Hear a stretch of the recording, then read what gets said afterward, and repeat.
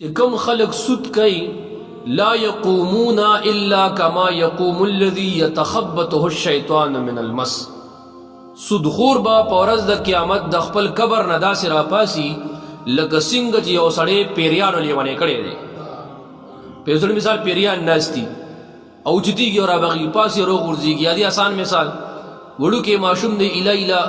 لا پورو دی دی نشي دی د درس روغ ورځيږي یا خو دی خو خوځي را خوځي یا پوډری نشي سړی وال الله وې داسې به د قبر نه راپاسي د دې سود د بے برکتای د وجه نه به ګرځېدې هم سم نشي. یو بل حدیث مبارک کی راځي وای چې په کوم قوم کې زنا او سود عام شي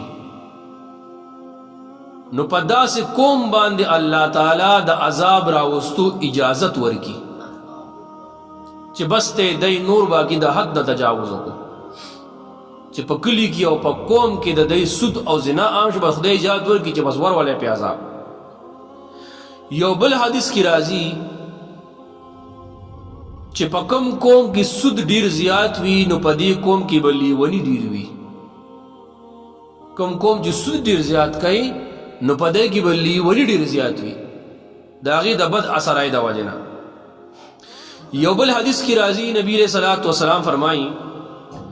چې زه کله الله تعالی سره ملاقات د پاره آسمانونو ته لاړم نو ایسه خلق مې ولیده چې د هغې خېټې داسې دي لکه غټې غټې کمرې لوی لوی چاټۍ او وی په دې خېټو کې بعضې اجدهاګانې او ماران د بهر نه خلکو ته ښکاري.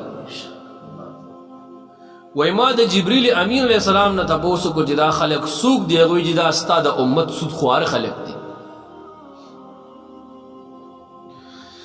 او یو بل روایت کې راځي چې سود کې 80 ګناهونه پراته دي او د ټولو نه وړه ګناه یې دا ده چې خدا نه خواسته یو زوی د خپلې مور سره زنا وکړي. دا خبره په خوله باندې هم راوستل نه دي پکار. او یو بل حدیث کې راځي چې د سود خوړونکي او په بل باندې خورونکي لکه یو سودخور په خپل یو د خپل خوراک په بل چا باندې خوري، سود خوړونکي او په بل باندې خوړونکي او په سود باندې گواه جوړېدونکي او د سود معاهده لیکونکي په دې ټولو باندې الله لعنت راوړېدلی دی. مخکینو خلکو کې د کاروبار د ټولو نه غټه ذریعه د منافع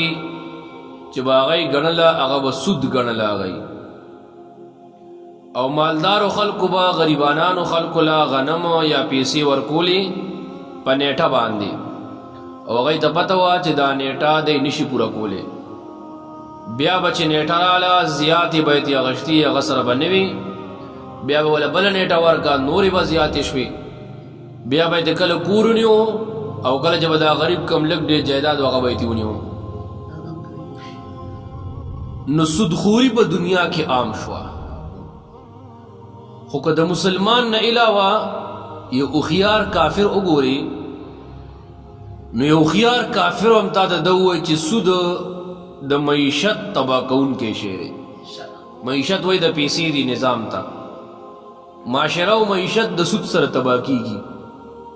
د سود د ټولو نه غټ نقصان دا دی چې مالدار پکې همیشه مالداره کیږي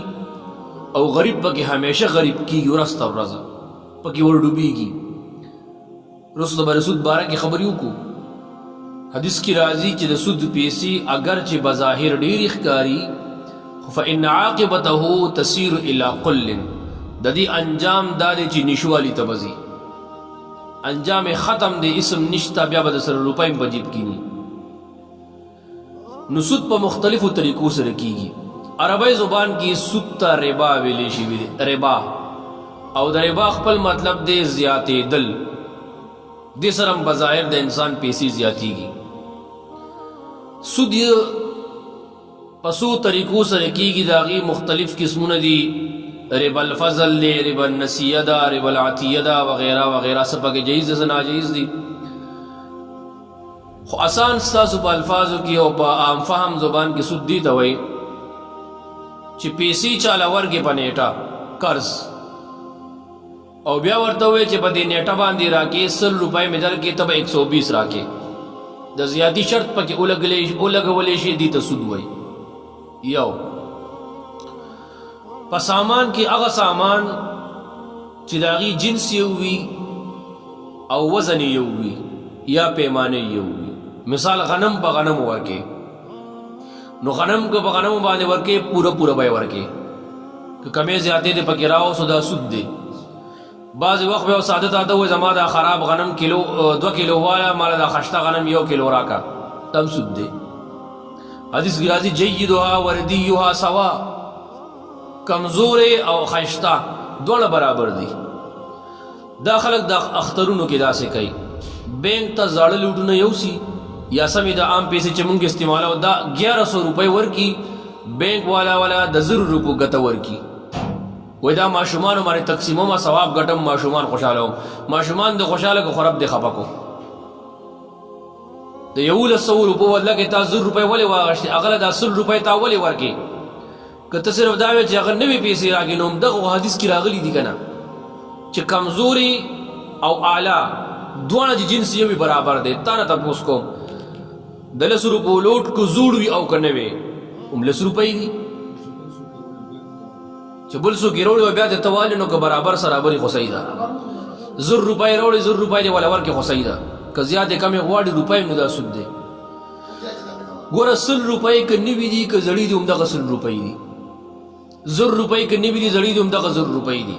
غنم که کمزوري دي او که ښه دي همدغه غنم دي روټۍ دې پخېږي بس ګزارې حال یا خشته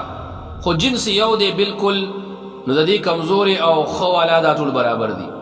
نو پیسې په پیسو باندې ورکول په کمی زیاتی سره سود دی قرض کنه او دغه رنګ سامان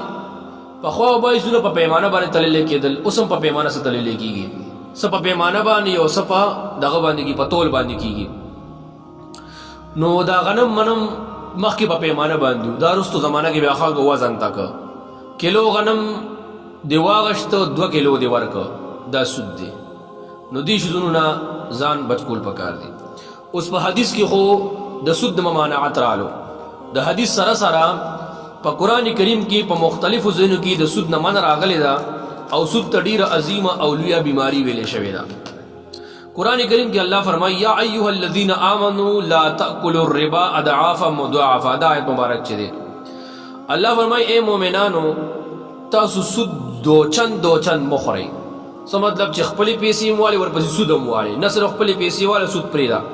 واتقوا الله نه ویریږي لعلکم تفلحون دې لپاره چې تاسو کامیاب شئ بل ځای کې قران کې الله فرمایي چې چری تاسو سود نه منې کیږئ نو فاذنوا بحرب من الله ورسوله